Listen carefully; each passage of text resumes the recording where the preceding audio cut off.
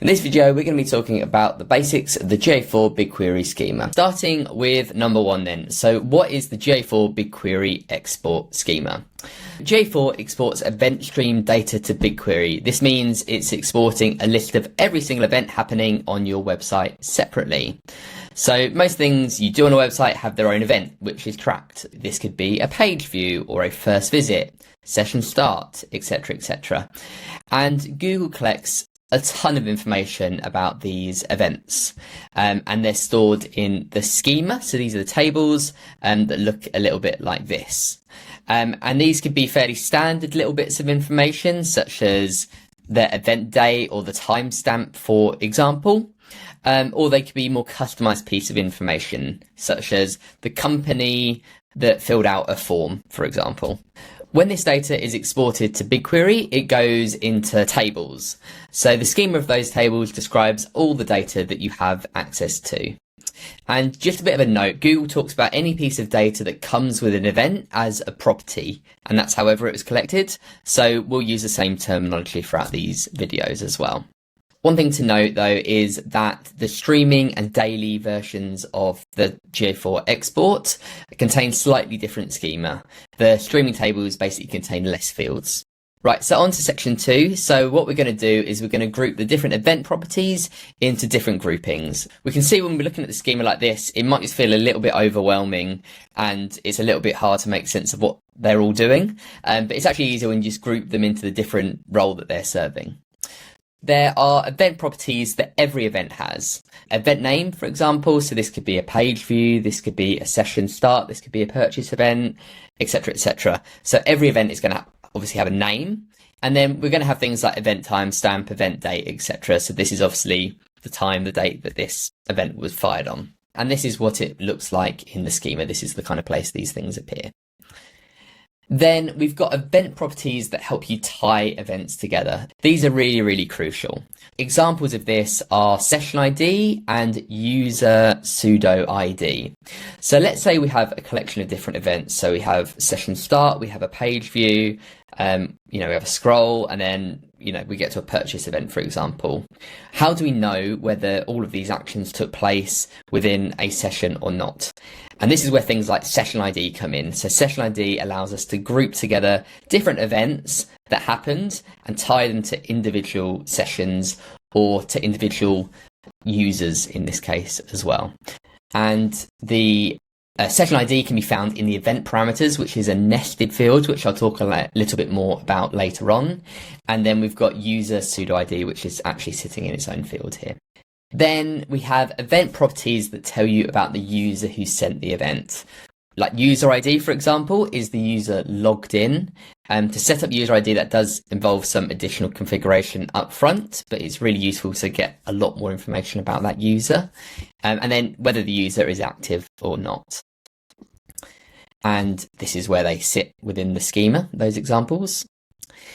Then we have event properties that tell you where an event came from. This could be device and geo information. Which device did the user visit from, and then, which country, which city, etc.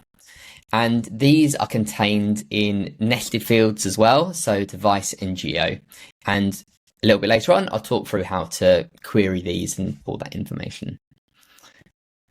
Then we've got event properties that tell you the traffic source of the event, traffic source medium, and then medium, for example. And there are specific fields for these, for some of the traffic source fields, but there's also information in the event parameters as well, which are nested fields. And again, I'll be talking about this a little bit later on. Then we have event properties that tell you information about product. This is specifically if you're doing e-com, you want to know specific information about product. So item revenue in USD, price, shipping value, etc. All of this is contained in the e-commerce nested field, and then you have all these different sort of subfields within here with that information. When it comes to working with your GA4 BigQuery data, there are certain properties that you'll end up working with all the time. The obvious one is event name, as this is kind of the core of how GA4 analytics works. So that's the first one. And then there are things like GA session ID, which is really key in piecing together sessions. And then you have user ID, pseudo user ID, which is how you group things around users. But what I'll do is I'll go through the schema, skim through it, and talk through what the field's doing.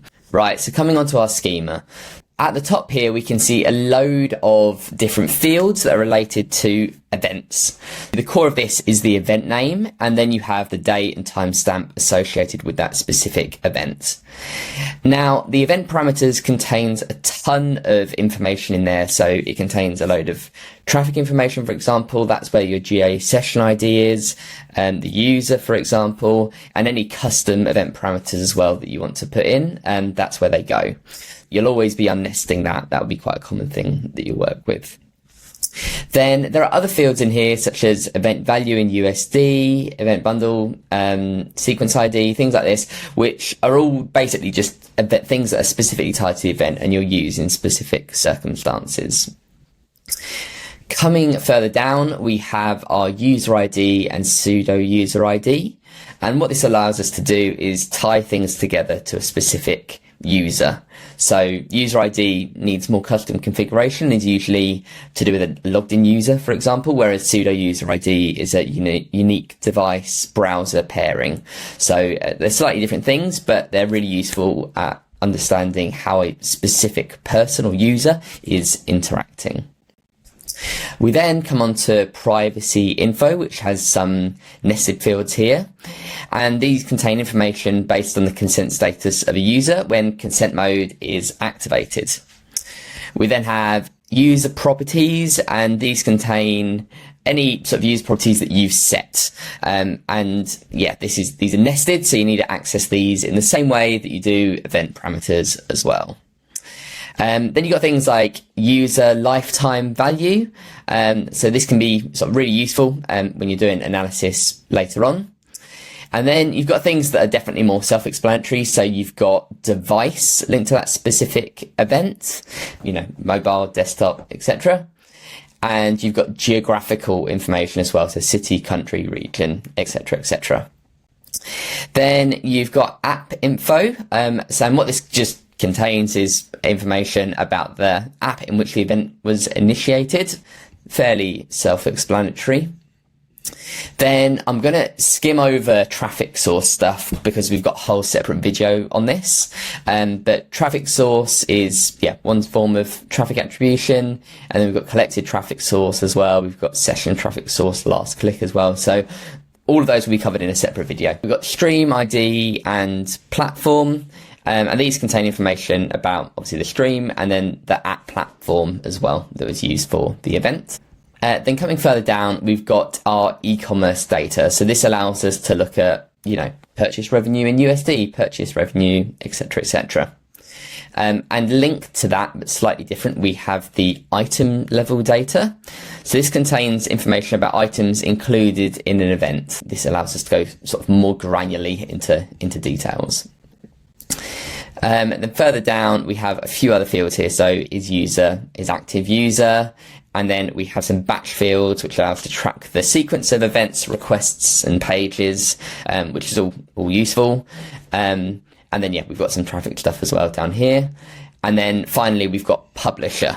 And this is where GA4 keeps info about ads being displayed from publisher integrations if you've got that set up. In the next video in this series, we're going to be taking this one step further and looking at how to actually query your GA4 BigQuery properties.